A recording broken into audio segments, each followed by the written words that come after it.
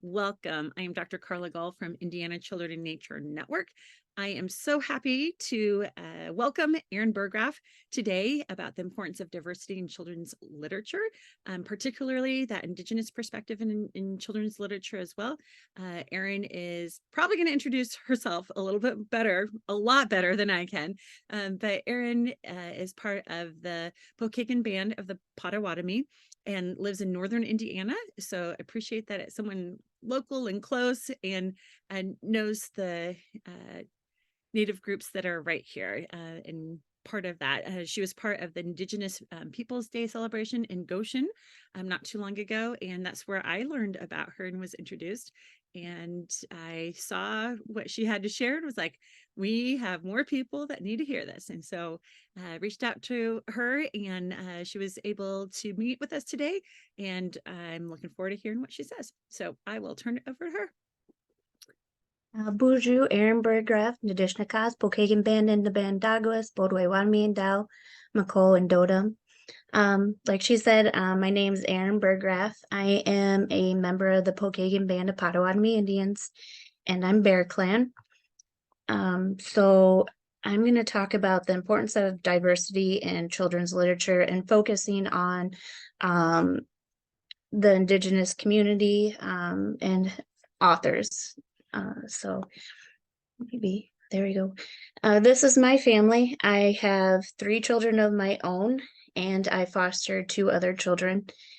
And part of my platform that I use is Makos and Bokum, and I have a Facebook page and an Instagram page, and it translates into Little Bear Books. And part of the reason why it's called that is because I'm Bear Clan, and Bokum is books.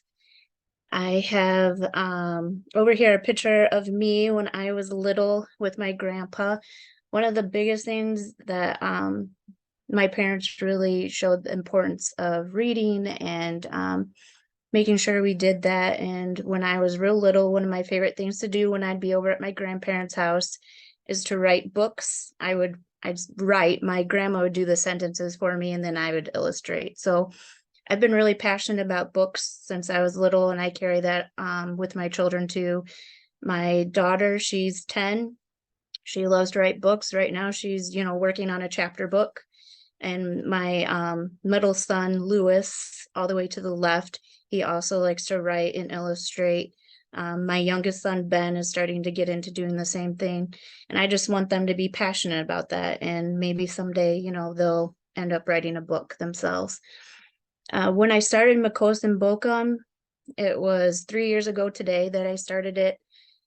During the pandemic, it started because I used to do a regular book club with the tribe, but there's government shutdowns and cutbacks, and one of the things that got cut was my program. So I still wanted to be able to share those stories with our kids and families, and one of the ways that I could do that was through my Facebook and Instagram page. And just this past September, the program came back. So Makos and Bokum host, I'm the facilitator for their program. It's called Anishinaabe and Bokum. And what we do is I pick a book that is written by a Native author, and we share that, and we do like a little activity together so that our kids can see themselves in stories. And, I want them to be able to share their stories too. And if they can see that, their stories need to be told, then eventually I'm hoping they'll be able to, create their own stories and encourage that.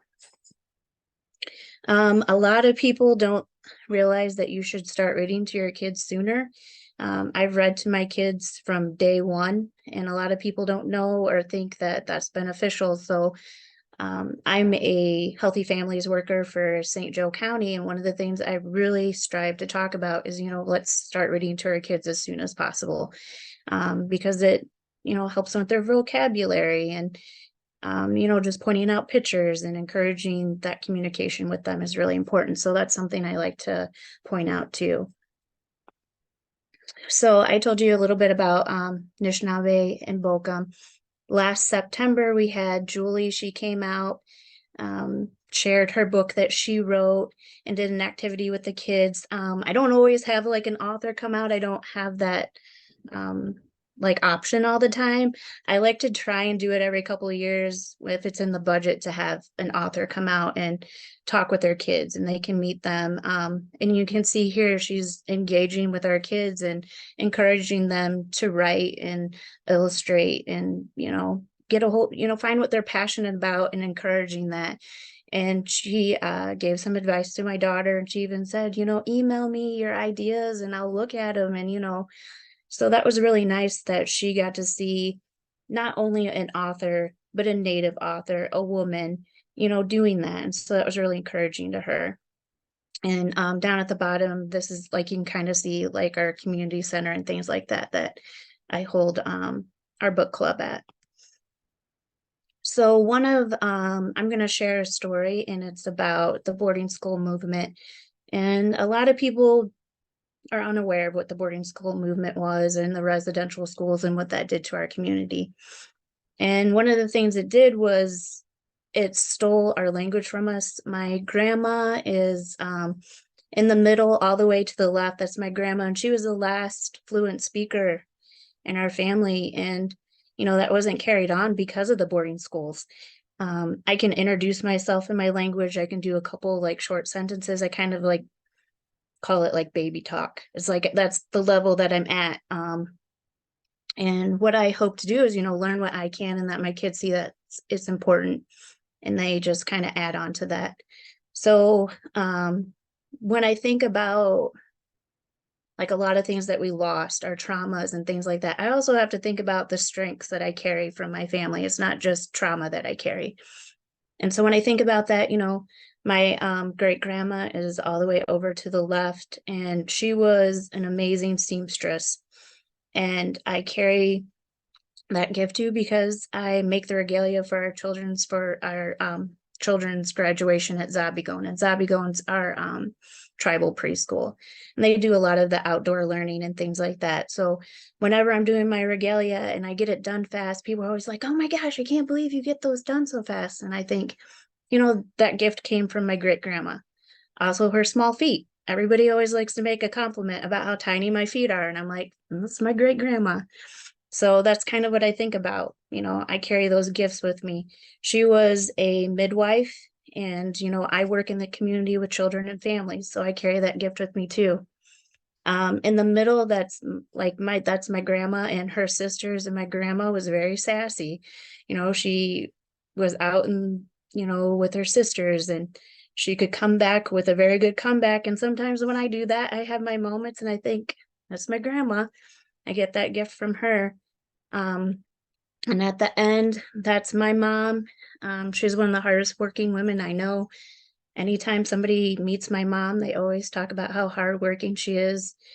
And I know that because I grew up my whole life, seeing that. So whenever I think I put in a lot of effort and I get complimented on that, that gift comes from my mom. So I acknowledge those gifts that I get from them. Because it's not just the trauma, the boarding schools and domestic violence and things like that happened in my family. So I acknowledge the gifts that they have given me. So this is a story. This is one of my favorite books by one of my favorite illustrators and authors. It is about the boarding school movement. And I've shared this with preschoolers and first graders. So when you think, I don't want to talk about that sort of thing with my kids yet. This is a book that can be shared at preschool, that can be shared with their first graders and kindergartners. And it kind of just gives a glimpse of how boarding schools were for our children, because our children were pulled away from us at a really early age. We have some that were infants that were taken from families.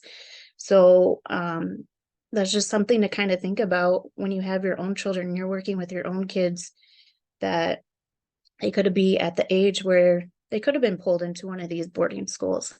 And this is just, I think it's a really beautiful story, and it does it in a way that you can share this with younger kids. So I'm going to share When We Were Alone.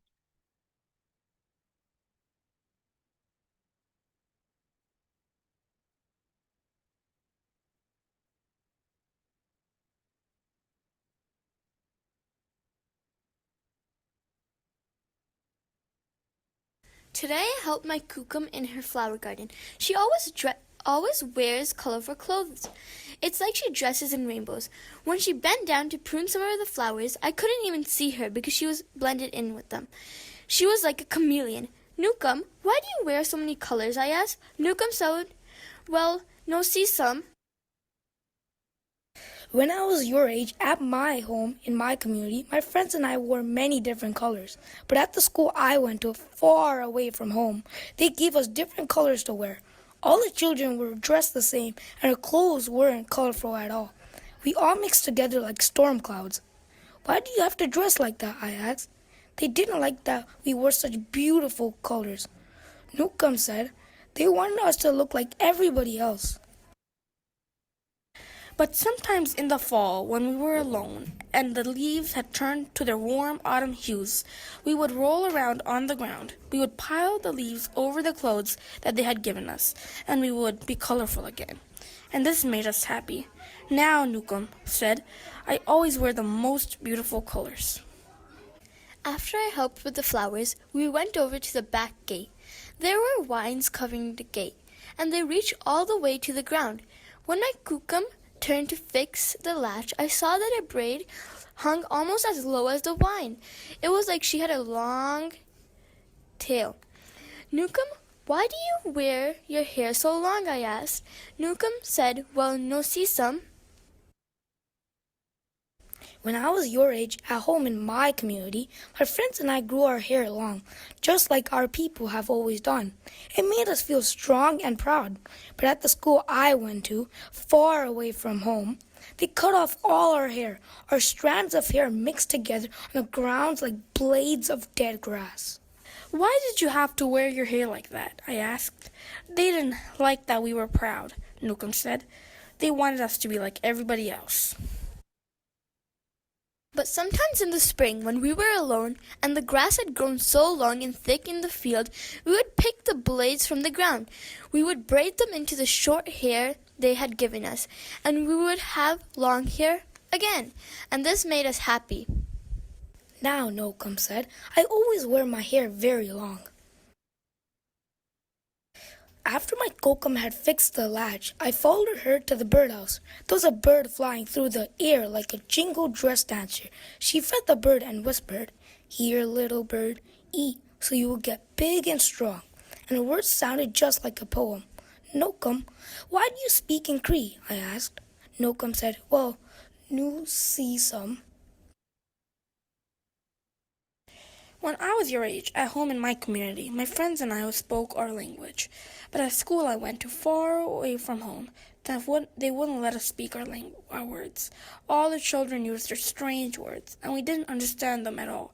Our voices blended together like a flock of crows. Why did you have to talk in their language? I asked. They didn't like that we spoke our language, Newcomb said. They wanted us to talk like everybody else. But sometimes in the summer, when we were alone and our teachers weren't anywhere around the place we were, we would whisper to each other in Cree. We would say all the words we weren't allowed to say so that we wouldn't forget them, and this made us happy. Now, Newcomb said, I always speak my language. After our gardening work was done, I sat with my Kookam in the backyard. Her brother came over and sat with us. He comes over all the time. We drank tea and ate bannock. The tea was hot and sweet, and the bannock was moist and warm and melted in my mouth. My Kookam and my uncle talked and laughed like children. Newcomb, why do you and Newcomb miss? Oh, we spent time together, I asked. Newcomb said, Well, you see some. When we were your age, at home and in our community, being with family was the most important thing. We played with each other, did chores together, and shared everything. But the school I went to far from home, they wouldn't let us be together. My brother and I were separated like day and night. Why were you and Newcomb separated? I asked. They didn't like when we were with family, Newcomb said, because when we were together, we thought too much of home. But sometimes in the winter, when we were alone and we were sure that nobody could see us, we would find each other. We would take off our mitts, and in the crisp, cold air, we would hold hands so we could be with each other. And this made us happy. Now, Newcomb said as she reached over and held my uncle's hand in mine, I am always with my family.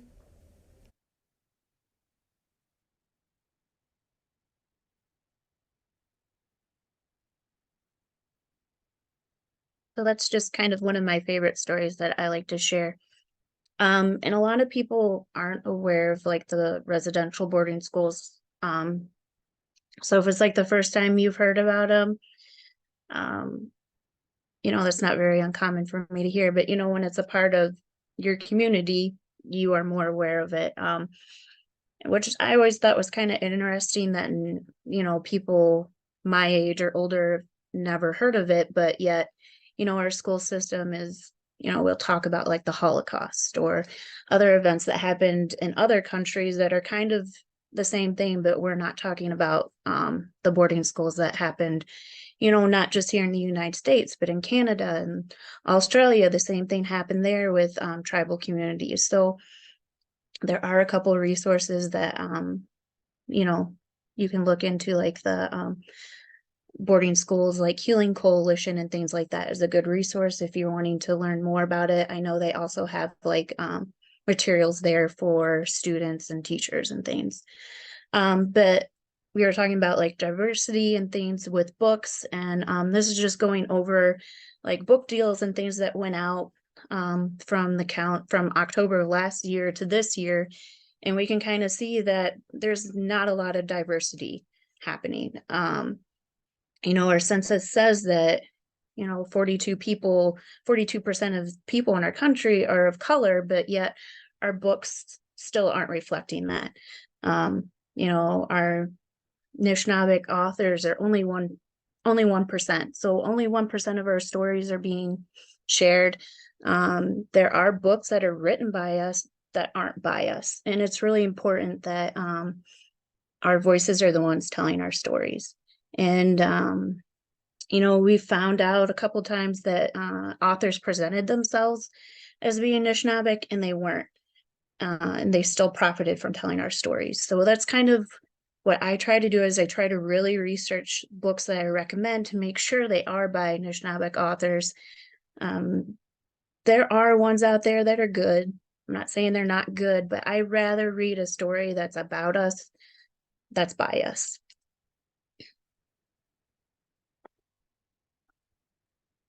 And here's just again, only 1% of our stories our kids are able to see themselves in. You're more likely to see a book with an animal in it than to see one of our children represented.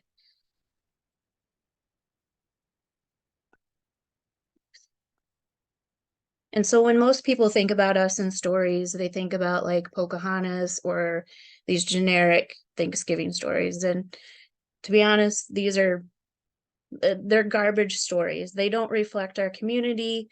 And what they do is they keep building this view of us that's not true. So when people just keep only acknowledging us in these ways, we're not seen as being a diverse community with other tribes and other languages and gifts and things like that. We're still being seen as these first Thanksgiving stories and the Pilgrims and Pocahontas. So these stories don't reflect who we really are. I'm not saying, don't celebrate Thanksgiving. I'm not saying that, so don't, take that away from this. Get together with your family. I get together with my family too. It's a day to get together, but there's more accurate stories to share than what we see here. So like this is some stories that really show our community as diverse and thriving, and that we have gifts that we can share with our community. So like when I'm talking about sharing a better book about Thanksgiving, this would be a recommendation that I would give you. Like any of these would be great if you want to talk about our community, but keep sharing the Thanksgiving and Pilgrims and Indian story. We're more than that. So these are just some options that I think would be great if you want to do something and talk about Thanksgiving, you know, this is a better story that you could share. So banning books is not a new thing, but here lately it's happening at a higher rate. There's 2,500 books that were challenged last year, and that's pretty much doubled than what it was last year. So the movement isn't stopping. I guess like my advice that I give for this is if you don't want to read it, don't. When you try to ban a book, you're taking away a resource from a family that might need it. And, you know, a lot of our stories are being banned and being challenged, even right here locally. And to me, I want my kids to be able to go into a library and see a story that's about them, that reflects who we really are, instead of, you know, Pocahontas and the Thanksgiving books. Those books are never going to be challenged or removed. And those are the ones that stay there for people to think that's how we are as a community. And that's not how we are. And they're taking away the books that really reflect who we are. So here's some of the books that are being challenged or banned. Some of these are locally. Some of these are just ones that are commonly challenged and banned. So And are these all by Native authors, it looks like? yes, these are all Native authors. So when you say we only have 1% of our stories being told, and then look at how many of our stories are being banned.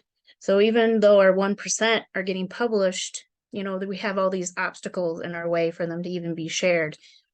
And I own all these books, and, you know, I don't get it, because I would like for my kids to go to a library and see these books. You know, I have a couple of, you know, like the water protectors book, you know, they say it's propaganda. They don't want that. So, and it's a beautiful, like, it does have a political message, you know, like protecting our water and environment, but like illustrations are beautiful. Like, you know, this is something I would rather see this than, you know, the Disney Pocahontas book. Or, you know, we have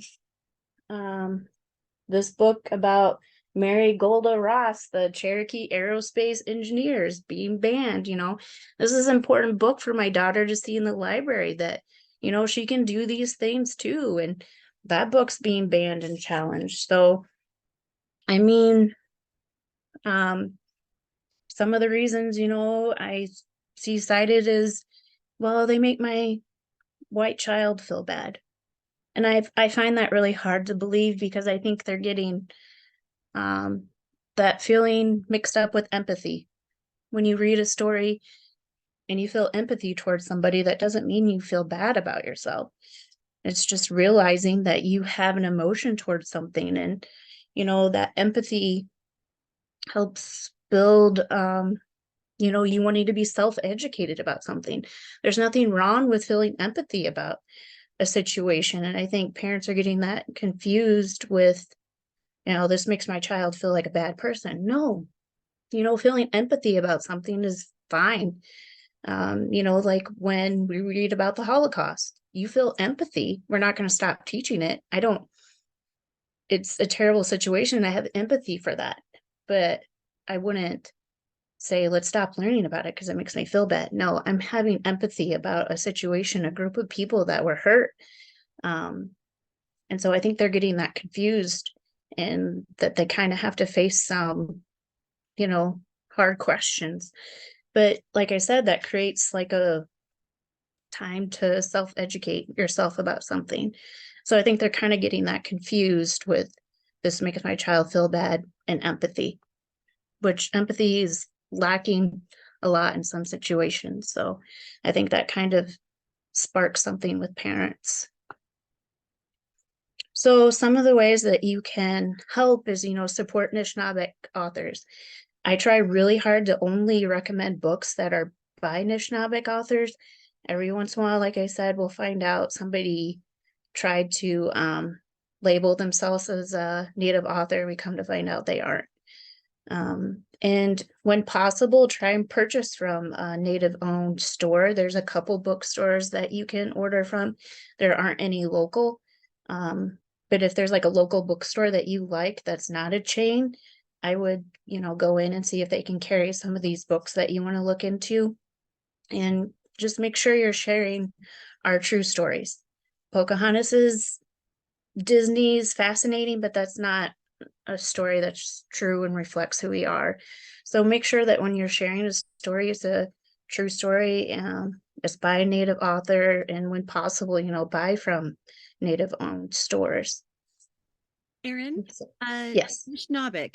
I'm assuming that means Native or Indigenous. Yeah. Is that like for the whole group in general, or is it pertinent to a specific area?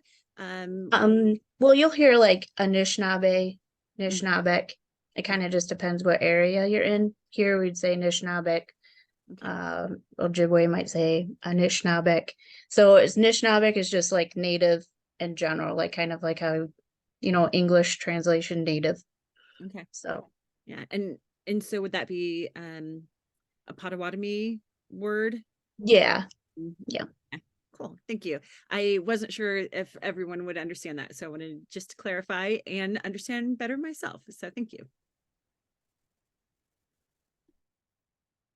So that's the end of my slideshow. But like I said, I have my Facebook page, Instagram, where I try to share information for like educators that come up, or books that I really enjoy. I know this month I post a little bit more because it's Native American Heritage Month, but yep, that's where you can find me if you have more questions, or anything I can try and help you with. But yeah. Erin Miigwech. Did I do Mm-hmm. okay with Yep. Yep. pronunciation? Okay. And I think that's something that all of us can do, is just learn a little bit, a little bit, and then a little bit more and a little bit more. And I did share some resources in the chat. I found that on the Pokagon banner, the Potawatomi on the website, that they have a whole section on language learning. And then also on social media, they do like smaller bite-sized pieces of language around specific topics or holidays or landforms or whatever it may be. Yeah. Kinds of And things. there's even like coloring books, things like that, that's on the language page. So if you have like there's one about the seasons, I think about going to the zoo, sugar bush time. So if that's like something, and we also have like two apps for learning the language. One's Mango, and then I think one's just like Bodway Wanami, something like that you can find on Apple and Android. Yeah, fantastic. Thank you so much. We do have a few questions. Eva, if you want to go ahead and unmute, you can go ahead and ask yours. Thanks. I have a question about I might be helping with creating curriculum about climate change for ages K-1, just like 3 or 4 lessons of a curriculum. And one of their values that they would like to do is incorporate Indigenous knowledge and stories. Do you have any feelings about that, and also recommendations so that we can do it respectfully and sensitively? We just got done, I think it was like last summer. We worked with down in Indianapolis. They had a display that did like they had an artist from that area that they did like displayed their artwork that had to deal with like the beaches and things like that. And then they had on display, or like a book list of books that I recommended. And they also talked with our language and culture department, and they shared some like knowledge and things like that. So you can always reach out to like history and culture and our language department. They work really well with working with other people, and they'll let you know what's appropriate and what's not appropriate and things like that. So they welcome that sort of communication. And there, so just if I may, in Indiana, there are, if I am saying this correctly, no federally recognized tribes. However, that doesn't mean that we don't have Miami people here, Potawatomi people here, and many other Native people within Indiana. And the Pokagon Band of Potawatomi, they had been more in northern Indiana, and the tribe was able to buy land up in Michigan when many people were forced west through the Trail of Death, from my understanding. And they have remained active and a strong influence all across northern Indiana, which would have been traditional lands here. But where you are, Eva, the Miami would have been a stronger force in that area, and still are. And so there's a Logan is the name of the able tribal cultural field officer, something like that. But you can email me if you'd like his contact information that may have some resources and things. And just in climate change and young children, no doom and gloom before fourth grade. So it does look a little different. I'm Yeah, sure for my sure. professor cap on here, but Right. I've met Logan, and I'm waiting to hear back from him, but also I'm thinking about like more emphasizing, so it's not doom and gloom, like using your senses outside in nature and paying attention and making observations, because from what I understand, Native peoples were very in tune with the land, and still are. yeah, and still are. Yeah, for sure. And that's something that was just like one thing that I could think of to like emulate, I guess, or honor and try, that sort of a thing. Yeah, they're very open to like communication and, the education piece and things like that. So definitely like our history and culture department, language department could also assist with that too. We have our own DNR, but I would definitely talk to history and culture first. Maybe if there's like a follow-up email about this little Zoom thing, is it possible to like get an email address or some contact information? Yeah, I mean, you can go on to our tribal, we have a website page. Oh, what's it called?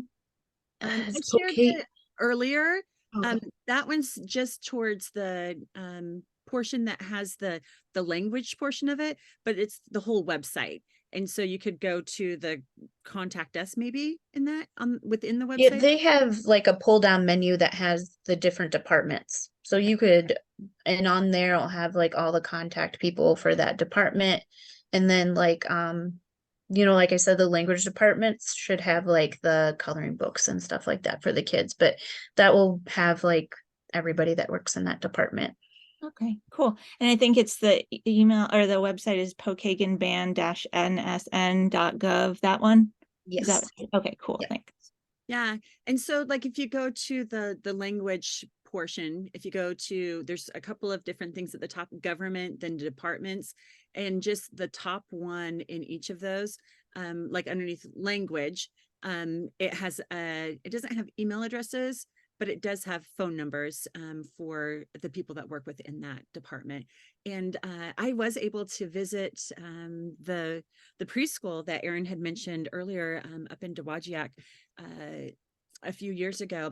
I was helping with some professional development, and I learned a whole lot while I was there as well. It was just a fascinating experience. And I loved seeing that every Friday, the educators had their own class to learn language that then they could use with the children throughout the week. And they have sovereignty over how and when the preschool is happening. So they get to make full decisions without U.S. government control over what's happening in this space, which I think is fantastic. And there were so many traditions that they were able to continue to teach and share intergenerationally with the group that I thought was fantastic. And they have so every Monday they open up with ceremony, and then they go Monday through Thursday, so every Thursday they close with ceremony. And so that's really nice for them to be able to do that and learn how to do certain tasks and things like that in the lodge. So they're learning all those things really young that a lot of us didn't get to do. We talk about the boarding schools, that's not that's not something they would have done. We couldn't even speak our own language in those. So the fact that we have a school where we're speaking our language, that we're doing those ceremonies is huge. And I know that there's educational opportunities beyond the preschool, and then also for citizens Mhm. of the Pokagon Band of the Potawatomi. But then also I see things like on Facebook, and I shared the Facebook page for the band as well. Some things are opened up to the community as well. And Yeah, so, there's some things that are, and then there's some things, that are just for us. But a lot of the things that are open to the community, it's for education purposes for people to, learn. And we have our powwows every Memorial Day and Labor Day weekend, that those are open to the public. And the Memorial Day weekend one is a smaller one. So if you're like not into crowds, then Labor Day is the one that's the big one. But those are opportunities to go meet people and support the community too. yeah, I've been a couple of times to the Labor Day one, so the larger one. But Yeah, beautiful colors and sounds and food. I think we tried everything. It seemed like it. yeah. My kids really like the wild rice and of course fry bread. But Yeah. fry And bread like was I mentioned, my cousin Andrea's on here too. She does certain things through Notre Dame that our community comes to. So, watch out for what Notre Dame has going on. My cousin Blair is going to be doing a discussion there. I want to say the 11th. She's going to be there. So, they have things that are open to the community too. Andrea, if you have the information and you can put it in the chat or unmute yourself and share, you're welcome to as well. Hey, I'm gonna have to look to verify the date. I'm sorry, at the beginning I couldn't figure out how to unmute myself to say hello. You kept sending me private So messages as well, but yeah. it's all good. So Blair is gonna be talking on Thursday, November 16th from 2 to 3:15 p.m. And I'm looking for the location. I want to say it was Bond Hall, or I don't know if That's that's, Bond Hall. yep. Yes. Good And then memory. I'll try to put that in the chat. Okay, thanks. And that's at Notre Dame. Yeah. So fantastic. And then Janelle had a question too. Do you want to ask it or do you want me to read it? Ask it.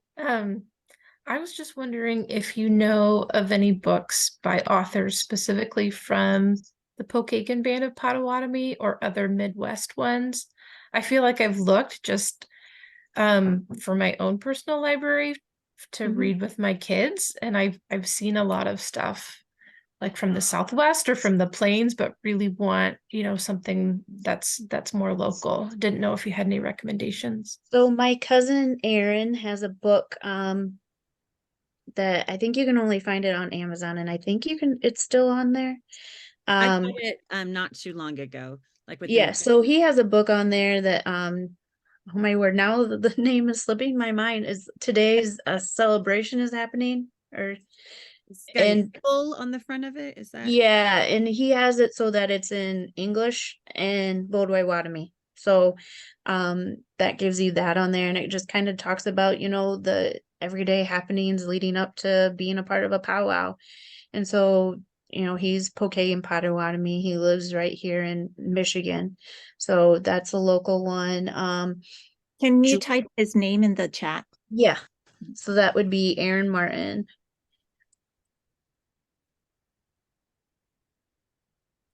similar names too? So he wrote a book. He actually wrote two, but the one isn't on Amazon. I think he just got that printed like for himself, and he was selling them on his own like that instead of on Amazon. But like his you can find on there. Let's see. I know Julie, the book that I shared that when she did Anishinaabe and Bokum, she's from Michigan. She's Sag Chip. So that's a Michigan recognized tribe. And that's called Who Am I?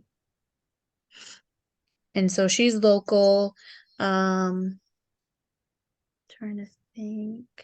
One thing that I've noticed is in Indiana, particularly, the tribes that were here were kind of pushed west, and so there was this whole period where, from what I understand, people were kind of lying low, and the culture was not as celebrated at the times, and so it's kind of rejuvenating and bringing that culture back, and through residential schools and other things. And so some of the other areas that have a stronger literature base, they've been together a little bit more.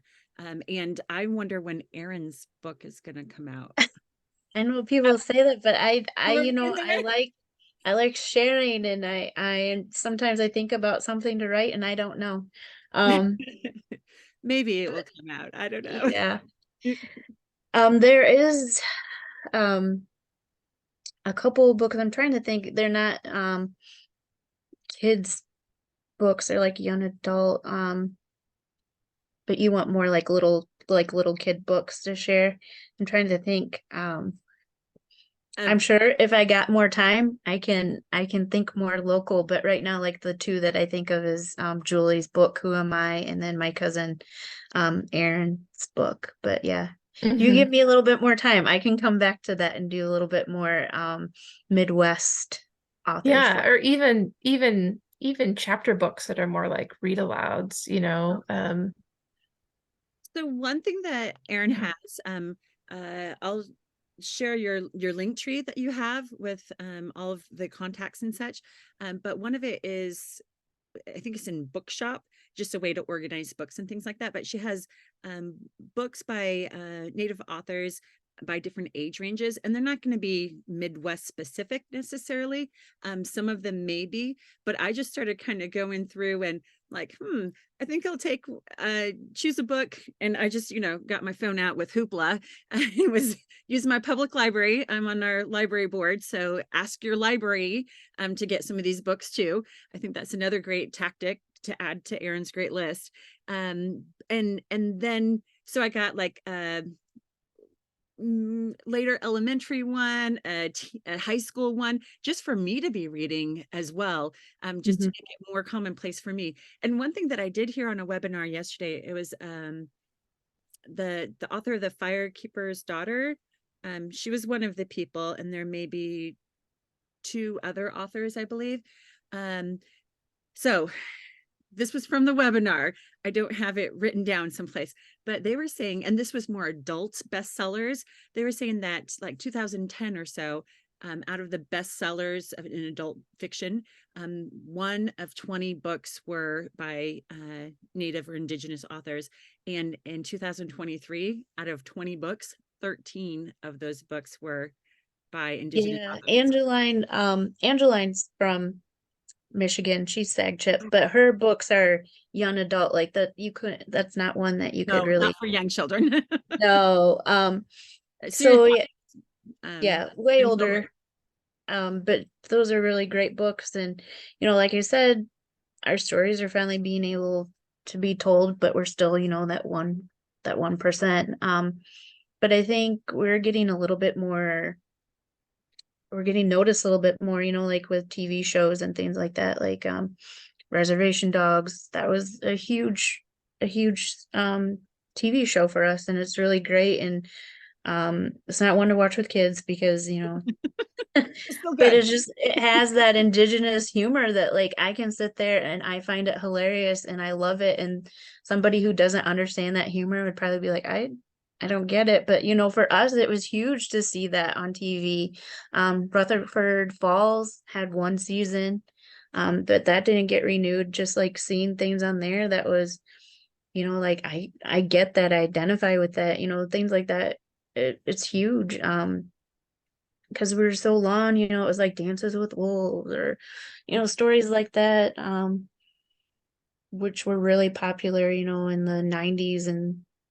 But just seeing us as contemporary people is great, not just historical fiction movies. Even though there's a great movie that's out now, I haven't seen it. I'm going to see it tomorrow, but my mom went to go see went to go see it, and she had to go cry in the bathroom afterwards because, it's intense for us to watch things like that, and it's triggering. So I gotta mentally prepare myself for that before I go. But I know I want to see it. So I'm happy my mom saw it before me and warned me that, you know, you're not going to be the same after you watch it. So, That's Killers of the Flower Moon. Is that right? yeah. I haven't watched it either, and heard similar things. But to me, my thought is, like you mentioned empathy earlier, instead of it just being that pain being held by a certain group, if we can all share in that, I think Yeah. better people, and it hopefully makes it easier for people to understand what's happened, and where things are going, and can make better decisions hopefully in the future. Yeah. If we don't, you don't learn about the past, you repeat mistakes and not, you have to learn about our past to understand the traumas that our community faces now. And when people don't educate themselves on that, they don't understand the reason why we feel about certain things or the trauma that we carry and things that we're trying to overcome, because nobody wants to acknowledge things that happened in the past. So, you kind of have to do that. It's even in your own family, and you're not a tribal member. If things happen in the past and you're not willing to work on it, you see those traumatic experiences and things still pop up in, future generations. So that's kind of, a different perspective to kind of think about. You have to learn about those hard things. I'm just pulling up your link tree real quick, and I'll put it in the chat for people to go to as well. And yeah. I have a quick question. So if I am in this group of people, I don't know if any of them are going to be Indigenous. I would love to find out that they are. There is at least one person. But if for some reason none of us are Indigenous, how do we go about including things to highlight that, but in a sensitive and, I don't know, in the right way, not in a way that we would never come across as like an expert or anything, but just to like share some different perspectives that were really healthy? Or I don't know, how would you recommend we try to do? I would say like not culturally appropriating. Right. I I think definitely that's what we worry about sometimes. Yeah. I But love to hear. if we want to highlight, Indigenous stories, but we're not Indigenous, how do we make sure that we're not culturally appropriating in a way that like is unappreciated? But does that make sense? Yeah, I mean, that's why I'm saying, reach out to the history and culture department, and because you can learn about like the properties of a plant and what we used it for, like Mhm. knowing that's what we did, but you're educating them. It's not saying,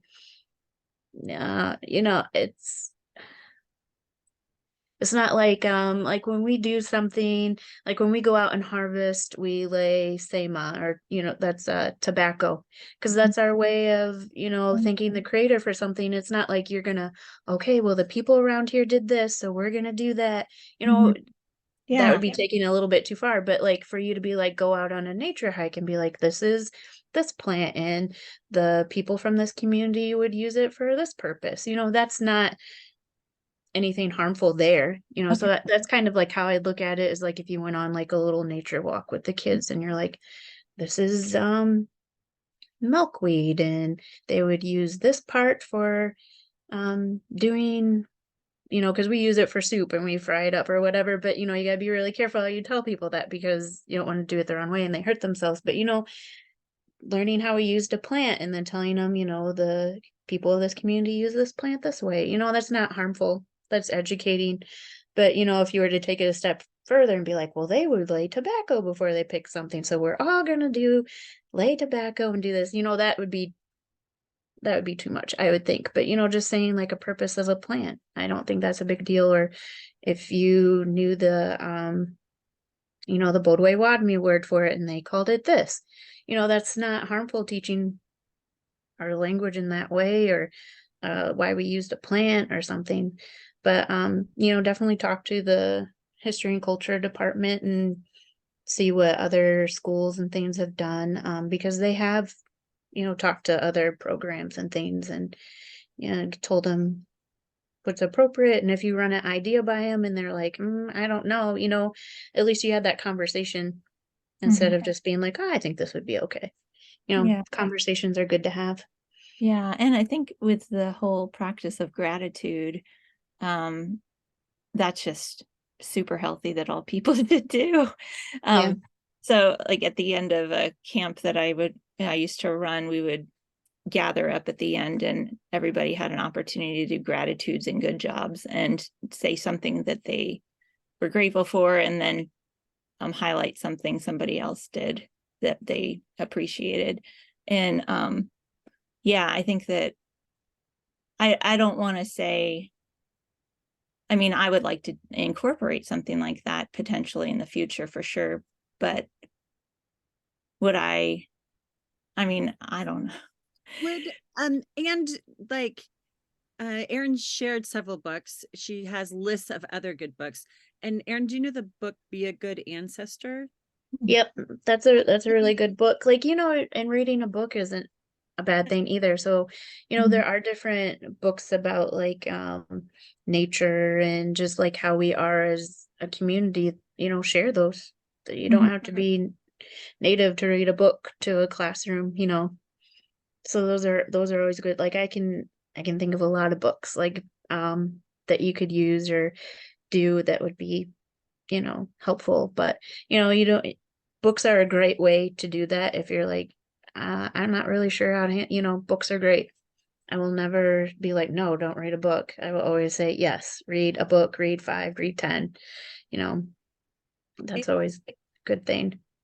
And I would say too, talk about people as if they were present, as if they are present and living in vital parts of our community today. And then also pointing people back to more official websites and things by our local tribes that are present in the area as official disseminators of information, as opposed to someone else interpreting their stories. So yeah. Any other questions or anything?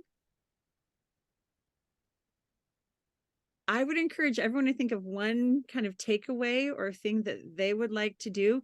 For me, I kind of started earlier. It was just downloading some not young children's literature, but a little bit older teen literature and such. My cat decided to join us.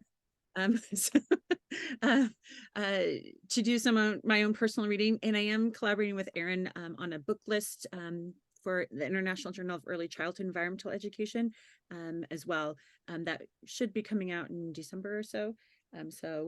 I'll share links to that. And if you want to type in the chat or unmute yourself and share something that's a takeaway or something that you might like to do as part of that, I would love to hear that. I'm going to go ahead and share my screen just real quick, just to share a little bit about Indiana and Children Nature Network. Okay. And I need to get this going so you can actually see it. It's taking too long, sorry.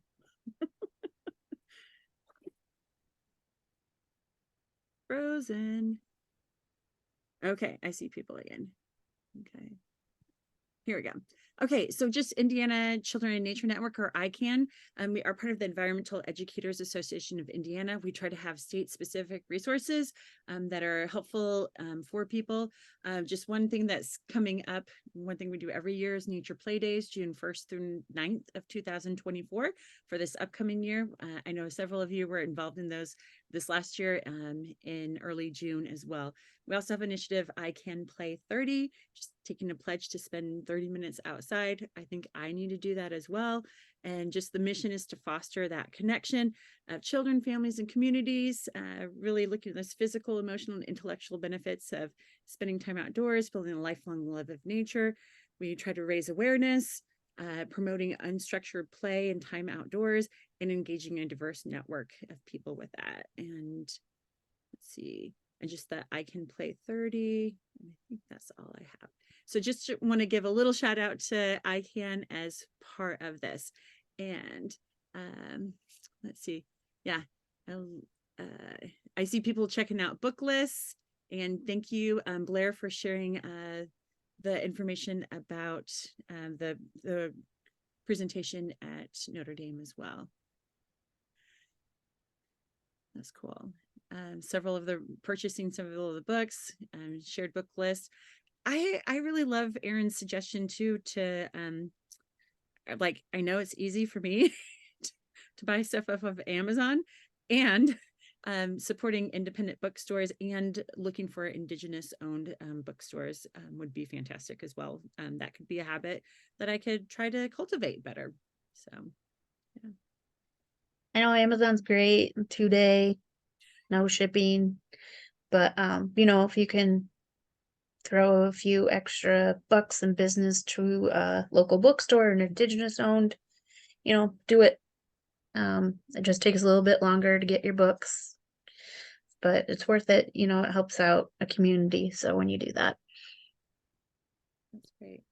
And once again, Erin, thank you so much. I appreciate your time and your information and your perspective in sharing your own story as part of this as well. And I really am still looking forward for your own book. When that story comes to you and it's time, I want to be in line to buy it. So, and get I'll be thinking. so I see some other thank yous and all those things in the chat. And so anybody else have any final comments? No. Just miigwech for your time and everything like that. And I just appreciate the conversation. Yeah. Thank you so much, Erin. Miigwech. Thank you so much. Have a great night, everyone. Bamapi.